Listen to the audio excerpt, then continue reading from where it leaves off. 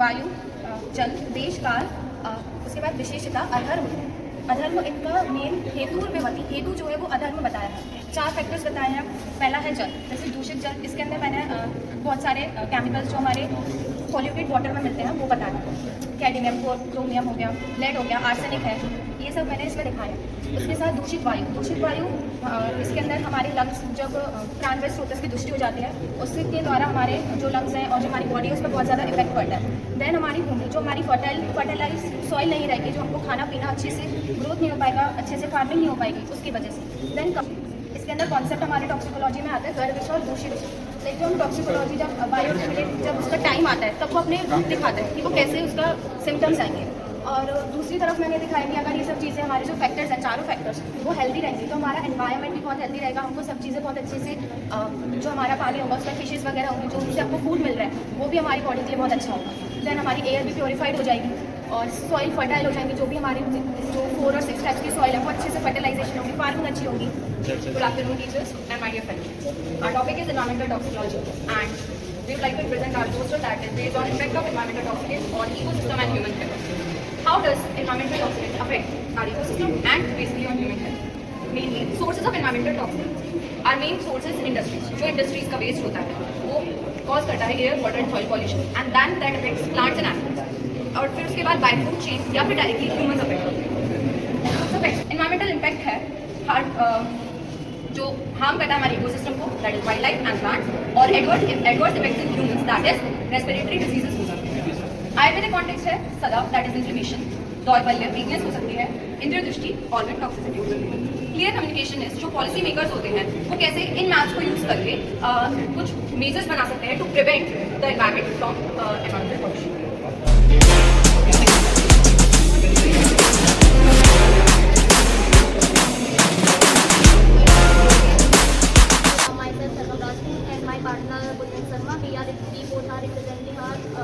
Poster on the topic environmental toxicology. Environmental toxicology is a study of how these chemicals and pollutants interact in environment and affect the living organisms, including humans, beings, plants, animal and microorganisms. इसकी sources होती है air pollution, water pollution, land pollution and other pollution such as plastic, noise and thermal and light pollution. Soil contamination भी होता है और बहुत things भी आते हैं, biological and chemical pollutants. Then we are so exposure मतलब जो हमारा जो मतलब जो भी है टॉक्सिन्स हैं वो हमारी बॉडी में कैसे जाते हैं। तो सबसे पहले आता है इनहेलेशन। तो हम जो सांस लेते हैं उसके थ्रू भी जा सकते हैं। और इंजेक्शन यानी मतलब हम जो कोई भी मतलब खाना खा रहे हैं, अगर वो पॉल्यूटेड खाना मतलब गंदा खाना है तो उसकी वजह से जो हमारे अंदर टॉक्सिसिटी है वो भी फैल सकती है। और फिर डर्मल कॉन्टैक्ट मतलब स्किन में कॉन्टैक्ट आने से जो भी चीज़ें होती है वो हमारा टॉक्सिक होता है। फिर मतलब मैकेनिज्म ऑफ टॉक्सिसिटी यानी हमारी रोज रेस्पॉन्स रिलेशनशिप, यानी जो हमारे टॉक्सिकेंट्स जो है उनको हम मतलब अगर ले रहे हैं तो हमारी बॉडी में अगर उनकी जैसे डोज में समझते हैं, अगर हमने दो डोज ली तो उसका कोई भी Principal sir, my professors and my fellow batchmates. My name is Ritu Singh and my name is Shivani Yadav. We are from second prof batch. Today we are going to present this poster on fluorosis disease, which is a very important environmental toxicology problem, especially in India. So fluorosis एक disease है जो excess intake of water, excess intake of fluoride है। इसमें fluoride water में मिलता है, food में भी मिलता है और other industrial waste industrial chemicals होते हैं उनमें मिलता है। कॉजेज क्या होते हैं? Causes high fluoride drinking water में होना और एयर पॉल्यूशन में होना, ऑक्यूपेशनल एक्सपोजर में होना। उसके बाद टेंडर फ्लोरोसिस है जिसमें टीथ, बोन्स और टिश्यूज आ जाते हैं, जिससे डिस्कलरेशन हो जाता है, पिटेड हो जाते हैं। इसी केसेस में टीथ पिटेड हो जाते हैं और मॉल्टेड हो जाते हैं। उसके बाद ट्रीटमेंट है जैसे कि मतलब वाटर का इंटेक नॉर्मल जो होता है वो पानी का मतलब नॉर्मल वाटर में फ्लोराइड का इंटेक 0.7 के ग्राम पर वैसे लीटर होना चाहिए, बट इवेंचुअली अवॉइड करना चाहिए हमें पॉल्यूशन जो हमारे आसपास। तो इसके बाद अब हम सोर्सेज क्या हैं, कैंसर के सोर्सेज क्या हैं, क्या पॉल्यूटेंट्स हैं जिनसे कैंसर हो सकता है। एयर पॉल्यूटेंट्स में आते हैं benzene and radon. After that water pollutants arsenic and chromium, then pesticides DDT। Now we are explaining how they cause cancer, मतलब होता कैसे है, ये जाता कैसे है हमारी बॉडी के अंदर। तो पहली चीज इन्वायरमेंट में कार्सिनोजन एक्सपोजर हुआ कैसे, एंट्री हुई हमारी बॉडी में तीन फेज की होती है, इनिलेशन, इंजेक्शन, स्किन कॉन्टैक्ट। उसके बाद मेटाबॉलिक एक्टिवेशन होती है हमारी लेवल में, देन डीएनए डैमेज है, जीन म्यूटेशन, डीएनए का रिपेयर नॉर्मल नहीं हो पाता, उसके बाद अनकंट्रोल्ड सेल डिवीजन होता है, देन कैंसर।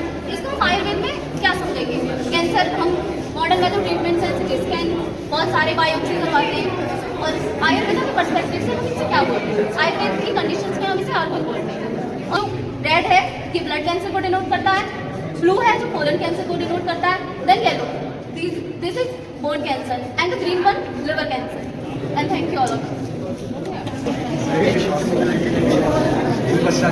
सर, आज हमने इन्वायरमेंटल टॉक्सिकोलॉजी यानी कि पर्यावरण प्रदूषण के ऊपर स्टार्ट होता है। तो सर, पर्यावरण में कभी भी प्रदूषण आएगा तो उसके लिए सबसे पहले वो प्रदूषण किस चीज़ से आएगा, इसकी उत्पत्ति कैसे हुई। तो शास्त्रोक्त अनुसार इसकी उत्पत्ति सर्वप्रथम समुद्र मंथन के दौरान हुई, जिसमें कालकूट नामक विष निकला और उससे पर्यावरण में दुष्प्रभाव पड़े, जिससे विष की उत्पत्ति बताई गई। और उसको आधुनिक यानी कि मॉडर्न मत के अनुसार, जैसे कि फैक्ट्री, हमारे होम वेस्ट, सिटी स्ट्रीट जितने भी वेस्ट है, सीवेज कनेक्शन है, उसका जब डायरेक्ट जल स्रोतों में उसको डाल दिया जाता है तो उस वजह से जल प्रदूषण होती है। और इसके बाद जल प्रदूषण के प्रभाव के अनुसार हमें डिफोरेस्टेशन यानी कि पेड़ वगैरह सूखते हैं वो चीज़ देखने को मिलती है। और भूमि जब प्रदूषण होती है तो आयुर्वेद के अनुसार हमें दाह, कंडू आदि रोग देखने को मिलते हैं। वायु प्रदूषण के दौरान जितने भी पक्षी, जीव जंतु वगैरह आकाश में उड़ते हैं वो सब जमीन पे गिर जाते हैं और बाल झड़ना वगैरह ये आदि लक्षण हमें दिखाई देते हैं। उसके अनुसार इसके ये इफेक्ट दिखते हैं। यदि एयर पॉल्यूशन होता है तो हमें रेस्पिरेटरी इफेक्ट जैसे कि asthma, bronchitis, high blood pressure, तो कार्डियोवास्कुलर डिजीज वगैरह आदि देखने को मिलती है। तक हार्मफुल नहीं है, पर अप टू 8 आवर्स अगर हम इससे ज़्यादा भी 85 डेसिबल से ऊपर की साउंड को सुनते हैं तो वो भी हार्मफुल है। और 140 से अबव की तो परमानेंट हियरिंग लॉस होता है, ब्रेन डैमेज भी है, हियरिंग लॉस भी है। साइनाइड, हाइड्रोजन साइनाइड बहुत टॉक्सिक गैस है, इसका 258 ppm भी अगर हम इनहेल करते हैं या अंदर जाती है तो within minutes cardiac arrest, eye और स्किन इरिटेशन, ये सब टुडे हमने एक पोस्टर बनाया एनवायरमेंट टॉक्सिकोलॉजी पर, जिसमें हमने आयुर्वेद को ध्यान रखते हुए बनाया है। Environmental toxicology है क्या? It is the study of the harmful effect of the environmental pollutants on the living organisms and the ecosystem. तो हमने बताया कि जो टॉक्सिक जो एनवायरनमेंट में होते हैं वो हमारी बॉडी पे कैसे इफेक्ट करते हैं। जैसे कि सबको पता है पंचमहाभूत से सारे लिविंग ऑर्गेनिज्म बने होते हैं, जिसमें हमारी अग्नि, वायु, जल, पृथ्वी सब आते हैं। तो पंचमहाभूत से विकृत हो जाते हैं, जिसके कारण होते हैं दूषित वायु, दूषित जल, दूषित अग्नि, और मॉडर्न में ये सब। हाँ, और रसायन थेरेपी है, शोधन की यूनिट में पंचकर्म मैंने बता दिया, ये सारे आयुर्वेद से हम कैसे अपनी बॉडी को डिटॉक्सिफिकेशन कर सकते हैं।